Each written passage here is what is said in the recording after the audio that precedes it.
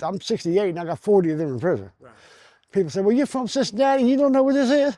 I say, I'm from Cincinnati, but I ain't really been in Cincinnati, you know what I'm I didn't move saying? around much. Yeah, I was, I was in one yeah, I place. wasn't very mobile for a while Right. there, you know? I think as long as I keep this and stay away from drugs, you know, I'll die out here, and that's what I want to do, die out here, not in prison, you know? Briefly tell us your story.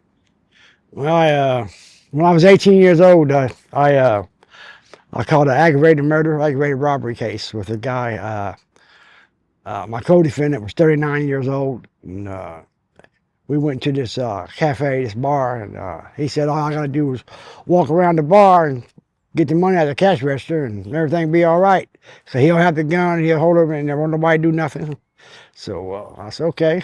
I got about halfway around the bar, and there was a tussle behind me, and he killed a guy, and was sitting on a bar stool, a man named Lloyd Atkins. The guy rushed him with the shot. He had a 12 gauge shotgun. And, the guy rushed him with the shotgun, and the gun went off and killed him. So it don't matter, you know, in Ohio or a whole lot of states really who actually did the killing. So I got sentenced to die. They sentenced me to die in July 3rd, 75. I went to death row. I was back on death row for about 3 years. Well, a little bit over 3 years. I got off death row August 15th, 1978. I did 30 years, but I did like 15 years to the parole board. And they, you know, they did give me 5 years, and they gave me 5 more years, and they gave me 5 more years, and finally let me go. And I got out. I went in at 18. I was like 49 when I came out, and I guess I wasn't ready to be 49 at the time. You know, I'm still 18, 19, you know, in my brain, you know, and I didn't do the right thing. I was out there 6 years and became a heroin addict, and went back to prison for possession of heroin and tampered evidence and another little. I copped out to a year for the cases I had. It was like fourth, fifth degree felony cases, and but the parole board gave me 10 years. They gave me because I'm still on parole. I was out there on parole for 6 years. You know, you got to do at least 5 if you do an aggravated murder. That's a minimum. And I was out there for 6 years on parole, but I wasn't doing the right thing, and went back and I did 10 years on it. And I got out. When I was in there, I knew that what got me in there was drugs. I mean, me attracted to the drugs, you know what I'm saying? And I kind of looked back at my life. I said, man, you just did 30 years. And here you are back again, you know? And so I thought about it and got in the drug program, and they got me to this Talbot House thing, and so here I am right now. You know, I did 40 altogether. I'm 68 years old. You know, Most of your life inside. most of it, yeah. What does it feel like for an 18-year-old being sentenced to death going into prison? I mean, I couldn't believe it. You know, I sat back there for three. I was lucky. I only sat back there for 3 years. But, the whole time I said, man, they're not going to kill me. You got to lie to yourself. You know what I'm saying? And turned out I was right, you know, not because I knew anything or anything I did, you know, but I got off, and the United States Supreme Court ruled the Ohio death penalty unconstitutional in July of '78, and I got off in August of '78. So that's how you got off death row. Right, yeah, United States Supreme Court, yeah. But I mean, when you first went to prison, you're a kid. Yeah, I know. I know it. When you're a kid, you don't know you're a kid. You know, I didn't realize I was a kid until I looked back. I said, man, you was 18 years old, man. Look how you thought and and the things you did, you know. But when you're 18, you don't think you're a kid, you know. Now you're back there on death row. You know, wreck your whole family's life. And What's it like inside? I mean, you get used to it. This, you know, you can adjust to anything. You know what I'm saying? And when I sat back on death row for 3 years and talking to people that's been in prison all their lives, you know what I'm saying? And they're telling me, I don't never expect to be out in prison. I'm expecting to either die or, you know, something like, you know, but they're telling me how prison is, you know, and what you got to do here, how to carry yourself. So I hit population, I'm like 21, 22 years old, 145, 150 pounds. And I know, I'm saying I ain't gonna never get out. You know, first person, I'm gonna kill them. I mean, that's what you're thinking, because you're trying to protect yourself, you know. And I never had no problem believing that, you know. I couldn't believe it. When you first went in, you didn't go to GP? No, I went straight to death row. So you had your own cell, right? Wow, yeah, yeah, it's my own cell, yeah. But it's For still, three I for mean, 3 years, yeah. It's 24 hours a day, 7 days a week. death row. Oh my Yeah. God. I was on death row in Lucasville, and the way it was down there was everybody's single man cells, and you never had no. You could have a radio, but you couldn't have a TV. They had like black and white TVs on the wall outside your cells. You stand in your bars and watch TV, and you're locked up. They give you a walk once a week for an hour up and down the range. They let you out your cell. You can walk up and down the range, and you get a shower twice a week for 15 minutes for each shower. But other than that, you're always locked down unless you're on a visit. You know. That's got to be horrible. I mean, like I say, you adjust to it because this is the way, yourself, this is the way it is right now, you know what I'm saying? You don't have a choice. No, yeah, exactly. I have a guy say, I couldn't do 30 years. I said, yeah, you can, because what's your other choice? You know what I'm saying? You know, that's like, I want to grow old. What's your choice of not growing old? You know what I'm saying? You work with it. You go with it, you know? So you did years on death row before you went into general population. Right. What was it like walking into general population? Yeah, it was, it's like a culture. I mean, I was ready for a lot of it because, like I say, I sat back on death row for years talking what you would call, and they're convicts, guys that knew, how to move around in prison, what you can do, what don't do this, and if a guy, tells you how it goes out there. But I'm listening to it all this time. I'm not really expecting to be out there, but when I get out there now, I'm thinking, okay, I know this, I know that, so. I mean, I just blended in. I just adjusted, just like I adjusted to death row. I adjusted to population. Just like 30 years in prison, I come out. I didn't adjust too good the first time. To being back on the street. Like I've never supported myself in my life. You know what I'm saying? I was a kid when I went to prison. And prison took care of Leroy. And Never had a job. Never. well, I've had little here and there. Like? Nothing steady. No job. No. I've had little short jobs and stuff like that. What was your childhood like? Well, both my parents were alcoholics, but they provided. My father had 5 kids, raised every one of them. Never took off. He was there the whole time. I mean, but we were poor. I mean, but I thought poor, but we always had a place to live, something to eat. I mean, we didn't know we were poor. We got to do always moving. I mean, move every 2 or 3 months seems like we're moving. So. When did you start using drugs? Probably when I was like 12 or 13. I started off with speed. It used to be called bennies back in the day. I used to do the speed, and then I started doing acid and marijuana, and I really didn't start doing the hard drugs until I got out of prison the first time. I mean, I'd done like a little bit of coke like once. I was still a kid back then. But I got out of prison. I was doing coke and heroin. What's your drug of choice? What you got? You ever hear that one? That's what it was, And but see, I'm out there, and I'm 50 years old, and I said, damn, I ain't ready to settle down, do this and do that. You know what I'm saying? But I should have been. How were you surviving when you got out? Well, my brother owned 2 houses, and he literally gave me an apartment. I mean, I was supposed to be paying rent, but I hardly ever paid rent, And I was working part-time job. Used to be a place up on Reddit, up on Montgomery Road, where you part-time work, And I worked that most of the time. I used to work on a move truck, but I got too old. I was too old to be doing a lot of moving, so I got off the move truck, and then I started doing landscaping with a guy. I would work, you know what I'm saying? But then when I was doing the heroin, yeah, you work if you can, but if you can't work, you still got to have the heroin. I mean, you don't get no day off. They say, well, I ain't got no money today. It's not like that, So, but like I said, I wasn't doing the right thing last time I was out. I know I wasn't. Yeah. How long have you been outside this time? I've been out now almost 4 years. I've had no contact at all with any police authorities or anything. I'm acting my age. I mean, I want to die out here. I don't want to die in prison. I live here, you know what I'm saying? And everything else comes from this, you know what I'm saying? Because before I didn't have no house, I didn't have no woman. Because what am I going to take, you know what I'm saying? So I got a house, now I got a woman, and I got a steady life. I know what I do. It's like a routine. To keep this, you gotta do this. You gotta do, all that shit you were doing before. You got a lot of friends still doing that, and they're sleeping in the streets right now, you know what I'm saying? And going to prison, and this here saved this saved me, and she saved me, but this here gave me a place. I got a place to live, and I work from there, and And anytime, any help they give, I try not to ask them much, but they help me out a lot. Tower House does. How do you think your life would have changed if you didn't have housing? Oh, it's probably been the same way as before. I'd have probably went back to drugs because when you get to living off of people, you feel a certain. I feel a certain way because I'm living here. I'm not giving you nothing. I'd have went back to drugs. I know I would have. I know I would have. So you're sober now? Oh yes, yes. How I long could. have you been sober? About 14, 15 years. 10 years in prison. Swear to God, didn't do nothing. I could have, you know, but as soon as I got back to prison, I said, "That's why I put you here," and I didn't do nothing. Because there's drugs in prison. Oh yeah, there's drugs in prison. Yeah.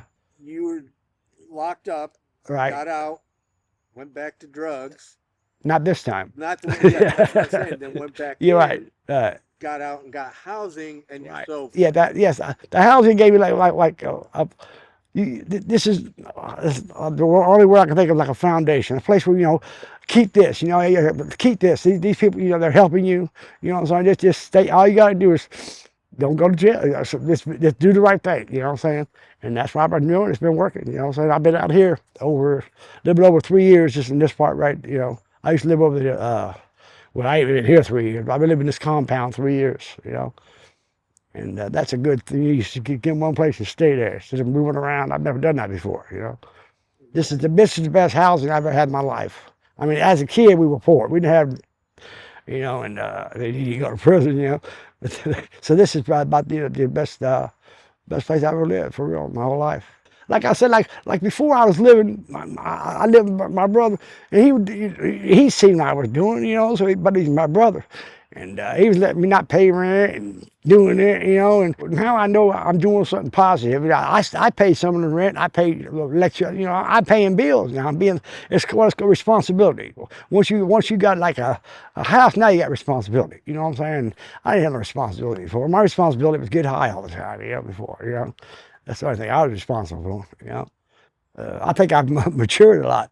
I mean, not that this helped because it's telling you got to take care of this, you know what I'm saying? You got to do this and got to do that. But the time I did in prison this time, I said, man, boy, you did 30 years, here you are again, But yeah, this is a major, major reason why I'm out. This and my woman, yeah. The housing has kept you from going back in. I think it has. I do. Because I couldn't live on what I get every month. You know what I'm saying? I get $943 a month, which I appreciate it. But where you gonna live at just rent $920? Where you gonna live for that? And yeah. Why do you deserve a stable house? You're a criminal. Yeah, right. I mean, what would you say to them? I don't know if I say I deserve it. I'm saying it's a good idea for everybody involved. You know what I'm saying? For real. I mean, it's a good idea for me to take advantage of this program. Well, I'm telling you, once people get, not everyone, but once you get a foundation, you say, man, I got this, I got a car, I got a house, I got a woman. I didn't have all that before. You know what I'm saying? And I'm not saying I deserve it, but I'm telling you, it's needed, and people, there's a whole lot of people like me that appreciate this. I know they do. Keeps you from doing crimes. Well, it's a big part of it. Yeah. I mean, why would I want to lose this? You know what I'm saying? This is, I'm 68 years old. I can't go back to prison or on the street. You know what I'm saying? And I'm settling. This is settling me down. I got this is my it's my home. And like I say, it is thanks to the Chopper House because I can't afford to live here on $943 a month. Taxpayers are going to complain that they're paying for your rent here, but paying for your cell is more expensive. That's what I was getting ready to say. Go for it. Yeah, that's what I get ready to say. You're complaining about paying for this. You ought to see what you're paying for these guys in prison. You know what I'm saying? And I know everybody getting a piece of that pie there. That prison pie. I know they are. I got 40 years in prison. I see how it works.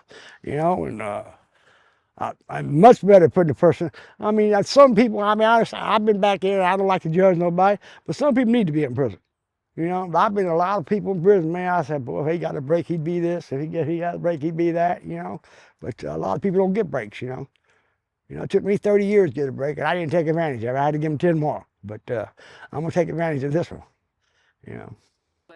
See, I used to live on the third floor in this building here. It's the same compound, same address, you know. And they had a fire here, and the landlady here, the owner, Laura, said, "Leroy, I got a house because I've always been a pretty good tenant to her. I got a place down there. I know you'll love it." And we went down there, and it was gutted. I said, "I'll take it," because I knew, because I seen this yard, you know, and the grill. We put the grill there, and we dug that one out, that fire pit there. But this one, it was already here, but we cleaned it up a little bit, and we go over. We've done only about 3 times this summer, but we're gonna try to do it again. I got a neighbor over here, Sean Collins. He comes out, we grill together. You know, we got a couple dogs. It's nice out here because, you know, look at it. You know, I love it. You ain't got to deal with no traffic. We got to look at nobody. You know, I love it out here. My old lady's nephew lives in the building out there. And I got a couple friends, because I've been here, you know, over 3 years. I know practically everybody here. Yeah, I'll let you, because you know what you expect from everybody. You know what I'm saying? You know them. You know. So, you know, and it's pretty hard. It's pretty hard to know what you expect from people. So when you can, it's a good thing. Yeah. But yeah, I love it here. You know, I can't think of no place I would move to, for real. When I first got this apartment, the landlords, you know, because it was like it's not like a housing fair thing down there, downtown there. And I went there, and I told her what I wanted. I said, I got thrown out there. I said, I got all this time in prison. She said, well, I believe we give them second chances, you know. And she didn't hesitate. And ask her. She's had no problem out of me. You know, check my check everything. No contact at all, fully. You know, you're a good neighbor. I try to be. I try to be a good neighbor. Everybody knows me, you know, but I'm a pretty good neighbor. I mean, I give, like, sometimes people need a ride somewhere. I give them a ride, or yeah, we help each other out. And, yeah, we have been barbecuing. Yeah. Well, he does the cooking. I just do the eating. Just do the eating. Yeah, I mean, I didn't get no barbecue skills in prison, you know. But he's good, man. He's fired it out. I said, damn, you know. But yeah. We grill out. We only did about 3 or 4 times, but we come out of this at the fire sometimes, but not grilling, just about the fire. So yeah, it's a pretty good little neighborhood here. It's got, you know, you used to have some kind of stigma like trailer park or whatever. This ain't really a trailer park. It's got a lot of trailers in it, but I kind of like it. Yeah, you ain't got to deal with them traffic lights and traffic people. You know. Is there anything you'd like to say? Me myself. Yeah, I mean, well, I'm telling you, if anybody that can get a shot at this program, take advantage of it, and don't try to abuse it. I'm telling you, this I mean, it's worked for me, and I've been a criminal all my life. I've never done the right thing, you know, until I got out this time. I've never even thought about doing the right thing. I didn't really know it I knew what it was, but it didn't matter. But it does anymore. You know what I mean? I'm not very articulate, but that's the way I feel about it, you know. You know, this has helped me a lot. Housing has changed my life, yes. Most definitely has changed my life. But like I said, I had an apartment. This wasn't mine, you know what I'm saying? I didn't have to do nothing to hold on to it. But when I do this, you know, they'll do their part, and now I got to do my part. I never had no part before, really, you know. And they gave me responsibility, you know, I probably wasn't even grown up before. I was probably 50-some years old, still a kid. Probably I probably was, you know, because I think a lot different now. I don't never think about I'm gonna go out there and do this. Man, keep away from me, you know, with that, you know. That's the way I look at it. But yeah, but I love it out here, man. I do. This is like living in the country. It really is. Especially being in a cell for 40 years. Yeah. Oh yeah. This you is know? my old lady. I be sitting on the porch a lot. You know what I'm saying? She says, "Why you be sitting on the porch all the time?" I said, "Come on, baby." I said, "I've been sitting in a cell all my life." You know what I'm saying? I said, I love it out. I love it outside. You know. And then you get to see this out through here. You know what I'm saying? I love it. Yeah. Was it hard to transition? No, not really. Phil. I don't know why. It's probably a level of intelligence. Probably I wasn't intelligent enough to be scared. Or, you know, I don't know what it was. Well, the first time out, I thought I was doing good. Yeah. But I was. I knew. I mean, Right. now how you doing good when you shooting dope every day? Yeah. You know what I'm saying? And but this time I know I'm doing good. I know it. Well, You know what I'm saying? the world was a lot different 58 years ago. Yeah, yeah. Didn't have cell phones. Right. Didn't Hey, have a you lot know, of stuff. I went to prison in '70. I went to jail in '74. I come out in 2005. It was a whole different world. Plus, you got a whole different family. Yeah. You don't have the same family Yeah. you had when you went in. I mean, you might have still parts of the family, like your brother. You might have a couple somebody, but now you got all these nephews and nieces and this and that and that's hard to adjust to, you know. Yeah. Now that was a hard adjustment. Now I'm saying, damn, this is my niece and my nephew. But a lot of them weren't even born yet when I went. I even had a sister.